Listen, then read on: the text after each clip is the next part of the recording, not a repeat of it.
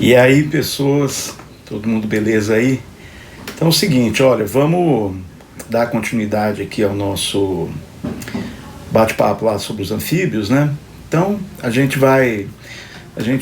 nas aquelas outras aulinhas bateu um papo sobre a classificação geral deles, os aspectos evolutivos ligados aos anfíbios e vamos bater um papo sobre a biologia básica geral deles agora, tá? É isso aí, um abração para todo mundo. E aí, gente, então vamos continuar aqui o nosso bate-papo. É o seguinte, a gente pode ver aqui que não interessa muito o que, que é, se o bichinho é perereca, se ele é rã ou se ele é sapo. Se ele for anuro, ele vai ter uma estrutura mais ou menos padrão, né? E essa estrutura meio que padronizada deles, que é o desenvolvimento de um animal que consegue se manter ou se locomover fora da água, ou pelo menos dentro e fora da água, né? E mesmo e sem cauda, ela está ligada à presença de um tipo específico de esqueleto que ele é comum a todos eles, né? Então, se a gente for analisar e for observar aqui, a gente vai ver que todo anuro ele vai apresentar um esqueleto tetrápodo derivado da base geral que a gente discutiu lá dos grupos de sarcopterídeos, né? Então a gente vai ver que esses animais vão apresentar uma estrutura, né, que é a base que a gente espera encontrar nos grupos vertebrados, né? A presença de um esqueleto axial que é formado por um eixo básico central aqui, né, ligado à estrutura apendicular que é constituída de quatro patas, né? Então esses animais são derivados justamente da estrutura das quatro nadadeiras básicas gerais que a gente viu lá nos grupos de sarcopterídeos, né? Então é o seguinte, beleza. Quando a gente estuda esses bichinhos e aquele preconceito que eu estava falando que a gente acaba diminuindo, né? Um deles é quando a gente estuda o esqueleto deles. A gente vê que o esqueleto deles, apesar de ser, né, apesar não, mesmo sendo um esqueleto adaptado para uma vida terrestre, ele não é um esqueleto assim muito resistente, né? A gente vê que os ossos são extremamente finos, né? Por isso que a gente brinca dizendo que a probabilidade da gente machucar eles é muito maior, né? Por isso que é um grupo que biólogo gosta de trabalhar, né? São bichinhos quase que inofensivos. É claro que tem os grupos lá que tem defesa química, mas tirando isso, a gente vai ver que eles são animais assim muito rudimentares, né? Muito plesiomórficos. Na verdade, eles têm uma estrutura de peixe, em parte ainda uma estrutura parecida ou semelhante à de peixe, em alguns aspectos anatômicos, né? Mas é derivada para um caminho que permitiu permanecer fora da água também, né? Entretanto, eles não têm uma capacidade muito grande de locomoção fora da água, né? A gente vê que eles são dotados de uma cintura escapular, né? Que é até certo ponto uma grande variação anatômica que favoreceu os sarcopterídeos, mas ela não está ligada à estrutura óssea de tal maneira que esses ossos sejam muito soltos, muito livres, né? Por isso que o movimento deles é um movimento meio truncado, né? A gente vai ver que nos amnióticos, os grupos de animais terrestres propriamente ditos, os vertebrados que têm adaptações que permitiram realmente ficar livres do ambiente aquático, o grau de mobilidade, né, das articulações dos membros anteriores e posteriores é muito alto, né? Por isso que eles são animais que são muito mais ágeis. Os anuros, os anfíbios, de maneira geral, e sendo exemplificado pelos anuros, eles conseguem se locomover fora da água, mas assim, está longe de ser um tipo de padrão de locomoção com um grau de liberdade de movimento igual a gente vai ver nos amnióticos, né, nos grupos terrestres, né, que vão apresentar uma alta lateralização das patas, com uma formação de estrutura das articulações que permitiu elevar o peso do corpo, né, porque os anfíbios, eles meio que se arrastam fora da água. A gente vai ver que eles são tetrápodos, têm já uma bacia escapular e uma bacia pélvica, que favorece a inserção dos membros posteriores e dos membros anteriores. Entretanto, o fato dessa movimentação ser meio travada não permite que eles realmente tenham um movimento que eles conseguem tirar o corpo inteiro ou que eles permanentemente estejam com o corpo fora do solo, né? Eles meio que se arrastam fora d'água, né? a bacia posterior, né, ou a bacia pélvica deles, na verdade, ela é formada por uma concreção óssea. Né? A gente vai ver que as vértebras, elas chegam a um determinado ponto, né, que as vértebras sacrais elas se fundem, produzindo uma estrutura da bacia formada por um osso que, na verdade, é uma fusão das vértebras, chamado uróstilo, mais o isquio e o ilho, construindo uma estrutura de bacia muito rígida, né? E muito travada, ela é muito fixa. E é graças a. Aí, quando você olha assim, você fala, putz, então é como se a bacia deles fosse meio paralisada, né? Esses bichinhos têm a bacia meio paralítica. É um pouco isso, mas graças a essa pouca mobilidade da bacia aqui, é que a inserção dos membros posteriores, especificamente do fêmur, ela pode ocorrer numa estrutura óssea bastante rígida, a ponto de permitir uma alavancagem do corpo. E é graças a essa alavancagem que eles vão produzir aquele típico, a forma de andar, de locomoção típica, que é o salto, né? Então a gente vai ver que graças aos membros posteriores estarem ligados a uma estrutura de bacia mais rígida, né, solidificada ou concrescida, é que as patas posteriores vão poder meio que fazer um estilingamento do corpo. Agora, isso só vai ser possível graças ao fato desses animais, apesar de serem animais que são tetrápodos, ou seja, terem dois pares de pata, eles apresentarem um padrão alométrico na estrutura da pata. A alometria é o nome que nós damos aos padrões de desenvolvimento morfológico. Quer dizer, na verdade, a palavra alometria é uma palavra genérica que ela pode ser usada em qualquer contexto quando ela quer dizer diferença. Ela quer dizer discrepância. No caso da morfologia, significa desproporção. Quando que eu tenho um padrão alométrico? Quando uma parte do corpo cresce desproporcionalmente a outras partes do corpo para um padrão que seria esperado que as partes crescessem sempre iguais ou sempre juntas. Em relação às patas, o que a gente vai observar é que ao longo do desenvolvimento, da ontogenia, do desenvolvimento do embrião dos anuros, as patas posteriores elas tendem a crescer mais rapidamente do que as anteriores. E isso faz com que as patas posteriores, no final do desenvolvimento, elas estejam uma vez e meia, duas vezes, às vezes três vezes o tamanho da pata anterior. Ou seja, a pata posterior ela fica muito maior do que a anterior. E é exatamente isso que permite o quê? O alavancamento, que permite o salto. Né? Inclusive, se a gente fosse pensar num gradiente, né, a gente iria observar que se nós criássemos assim um gradiente, onde a gente teria maior alometria das patas posterior e anterior, ou seja, maior diferença, e menor diferença, o que nós íamos ver é o seguinte, que quanto menor fosse a diferença entre a pata posterior e a anterior, mais o anfíbio tenderá a ser andarilho, ou seja, ele vai andar mais do que saltar. Quanto maior for a diferença, ou seja, maior a alometria, mais a tendência dele será de ser saltador. Por isso que a gente vai ver que a gente vai ter uma variação muito grande, né, de alometria nas patas. Existem anfíbios que são altamente alométricos, as pererecas, por exemplo, são altamente alométricas. É o grupo que tem provavelmente a maior alometria no tamanho das patas posteriores e anteriores. Por isso que elas saltam muito. Né? Por isso, quando a gente pensa em saltar, os maiores saltos ocorrem com os ilídeos. Né? Foram calculados já que ilídeos podem saltar dezenas de vezes o tamanho do próprio corpo, né? Justamente por causa do padrão alométrico muito acentuado deles. A analogia que foi feita é assim, imagine que a gente tivesse um campo de futebol oficial, de um gol ao outro você tem 120 metros. Né? Imagine que um goleiro saltasse de um gol no outro gol. Consegue imaginar isso? Seria mais ou menos você saltar umas 30 a 35 vezes a sua altura, o seu tamanho para poder saltar essa distância. É o que uma perereca consegue fazer quando ela tem a alta alometria, né?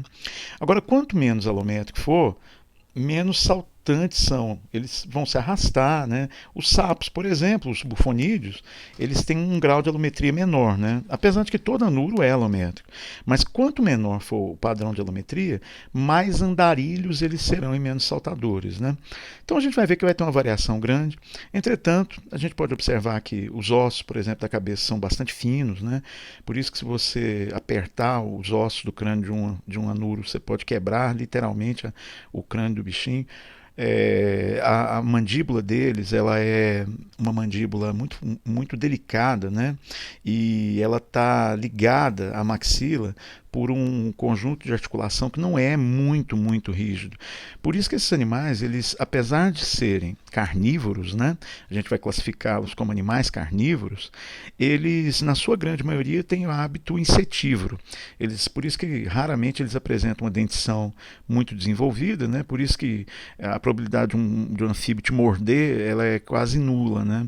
É mais um dos motivos que faz com que eles sejam um grupo interessante para biólogo estudar, né? Eles, excetuando aqueles que têm defesa química, etc., que nós já discutimos, dendrobatídeos, e os bufonídeos que têm glândula paratóide, a maior parte dos anfíbios anuros, eles quase que não podem causar mal nenhum, né, a um pesquisador, né? Morder, por exemplo, é praticamente zero, né? Algumas espécies, ou boa parte dos anuros, apresentam às vezes, dentes vestigiais na maxila, né? Mas eles não têm um padrão, por exemplo, de dentição rígida muito potente, que pode morder e mastigar. Por isso que, muito provavelmente, houve um efeito seletivo de uma estrutura de boca muito grande, né, na fase adulta. A gente vai ver que na fase inicial, na fase do girino, né, na fase larval, a boca é bem pequenininha e vai ser dotada de dentes que são funcionais. Na fase adulta, esses dentes eles se atrofiam, né, os dentes do girino, e aquela boca pequenininha do girino ela é substituída por uma boca muito grande e que permite uma alimentação mais ativa, comendo a presa inteira, né? Por isso que a gente vai ver que eles serão carnívoros, mas basicamente insetívoros, e que deglutem ou engolem a presa inteira, né? Por isso que eles basicamente não têm muita mastigação. Agora, eles vão apresentar 4 patas muito bem desenvolvidas, né, um posicionamento quadrúpede, apesar da alometria, e vão apresentar uma fórmula digital que, via de regra, ela vai girar em torno da pentadactilia. Lembre-se que a gente discutiu um pouco lá na outra aula que não há nada que justifique imaginar que as patas dos vertebrados terrestres tenham que ter evoluído com 5 dedos, né, com uma fórmula digital pentadáctila. Mas a gente vai ver que existe uma variação em torno da pentadactilia, né? Nos anfíbios, por exemplo, nos anuros, a gente vai ver que, em geral, eles vão apresentar uma tetradactilia nos membros anteriores e uma pentadactilia nos membros posteriores, né? Isso parece só um detalhe, mas não é. É importante para nós, principalmente do ponto de vista sistemático, né? E também por causa da questão ligada aos estudos de campo feito com anfíbios, né? Por que é importante o número de dedos? É porque, por mais chocante que possa parecer, um dos maiores problemas quando a gente vai fazer coleta de campo é a triagem do material e a marcação, a identificação e marcação do material. Então, por exemplo, imagine que você está numa aula de campo, você está lá e está coletando anfíbios. Tudo bem, se você coletar lá 10 anuros, como é que você vai fazer? Suponhamos que ou você vai levar esse material para o laboratório, você pode coletar o bicho e querer que ele esteja vivo, você pode, por exemplo, fazer um levantamento e necessariamente o bichinho não precisa estar vivo, então ele pode estar inclusive fixado, né? Então imagine que mesmo fixando, como é que você procederia? Então tá, a gente pegaria esse bichinho, a gente teria um caderno de anotação de campo, né? Ou um GPS para poder marcar e georreferenciar a nossa coleta, e aí a gente diria, olha, tá, esse bicho foi encontrado assim, georreferencia ele na coordenada tal e tal, em tal local, papapá. Beleza. Agora, Como é que você marca? Se você coletou 10 bichos, como é que você vai colocar dentro de um vidro com álcool 70 para levar para o laboratório depois? Mas como é que você vai saber qual bichinho é aquele que você coletou? Suponhamos que numerou de 1 a 10 no seu caderno de anotação de campo. Como é que você vai saber qual que é o bichinho 1, o bichinho 2 até o bichinho 10, né? Ah, tem que ter algum tipo de marcação. E como é que você marca, né? Então, os pesquisadores testaram durante muito tempo algumas marcações. Como a pele dos anfíbios ela é uma pele muito permeável, tintas, por exemplo, é difícil desenvolver tinta que pare na pele do anfíbio. Então, não deu muito certo. Testou vários tipos de pigmentos orgânicos e tal, e não funcionou muito bem. Ah, não, pode pôr etiqueta, pode etiquetar o bicho, né? Porque com peixe você pode fazer assim, com outros bichos e tal. Só que se você tem, por exemplo, uma etiqueta amarrada na pata de uma das patas, se você tem 10 bichinhos dentro de um vidro, tudo bem, é até viável.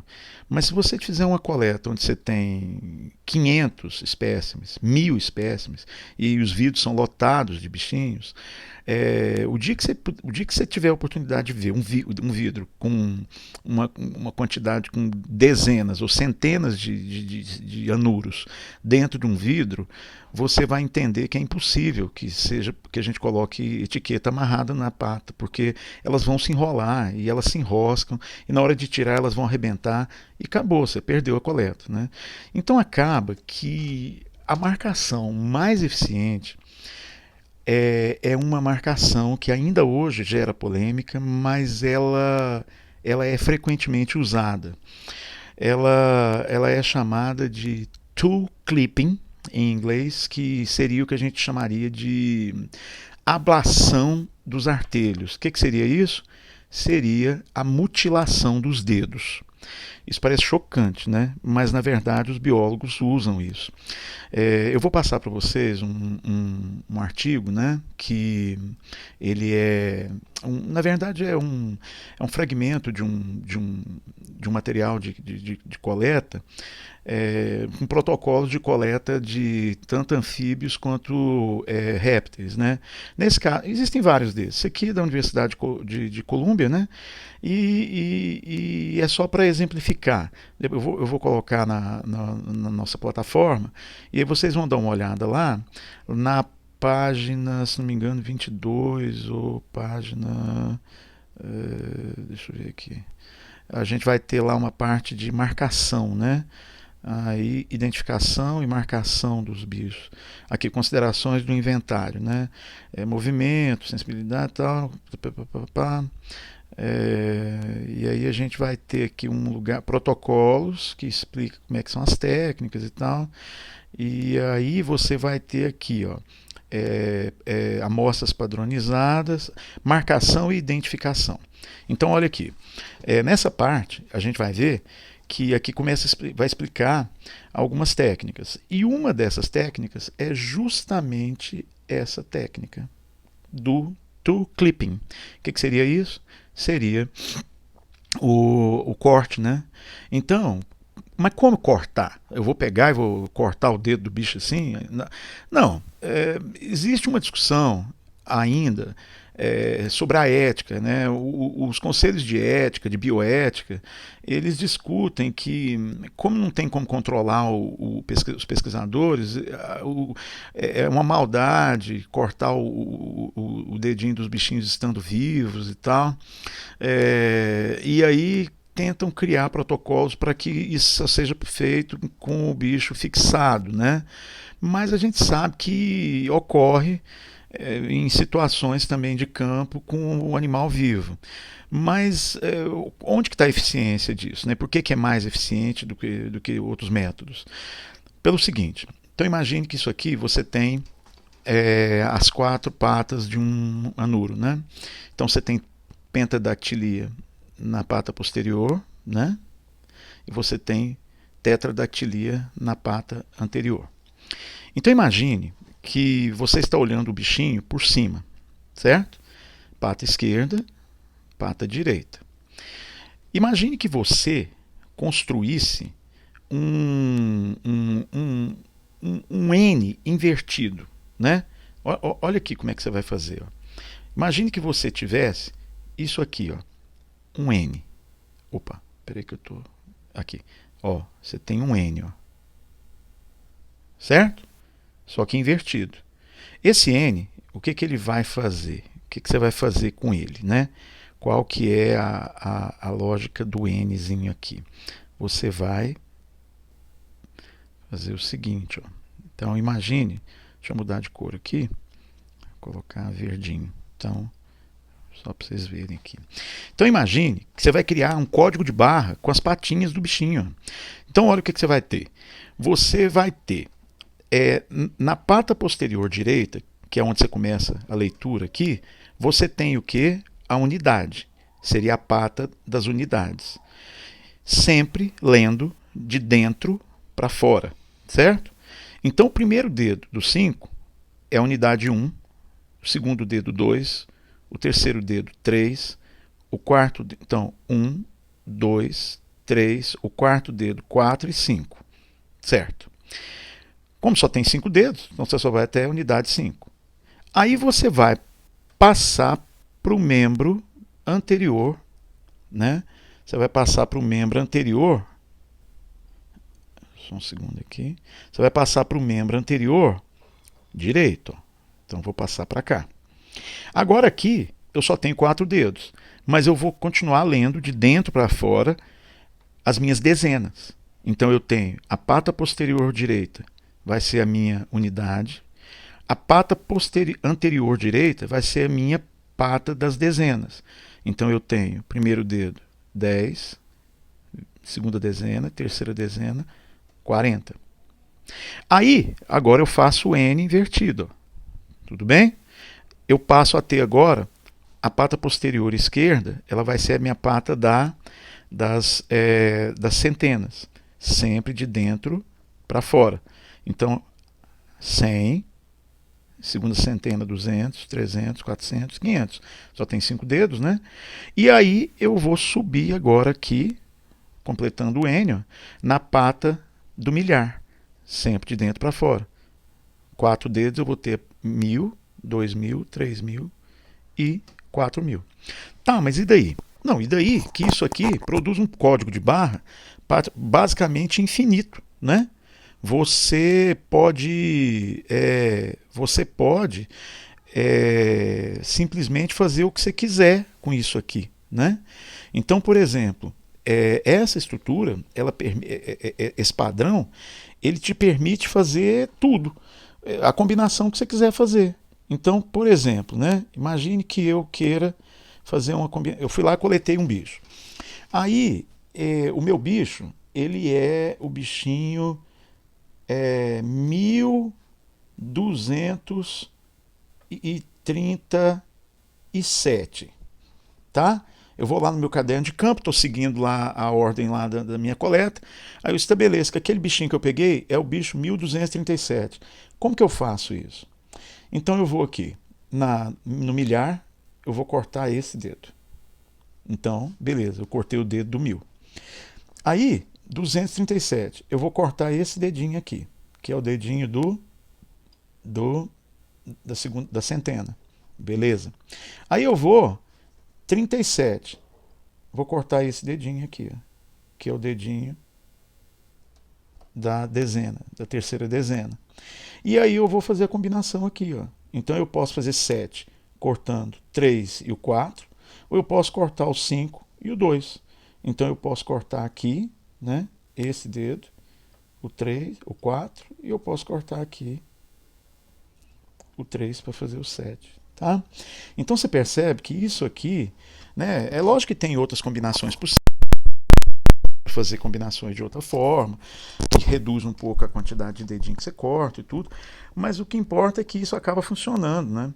Você, com isso, tem possibilidade de ter uma combinação quase infinita, né? Então, para campo, acaba que funciona muito bem, né? E ainda hoje, ainda hoje, essa técnica, um segundo aqui, deixa eu limpar. Ainda hoje essa técnica, ela é bastante utilizada, né? na biologia de campo, né, a gente vai ver que é mais ou menos isso. Ó. Olha aqui um outro exemplo. Ó. Então, esse bichinho aqui ele seria 2403. Ó. Então, cortou o dedo 2000, né? 1000, 2000. Aqui você vai cortar centena, 400, 100, 200, 300, 400, né?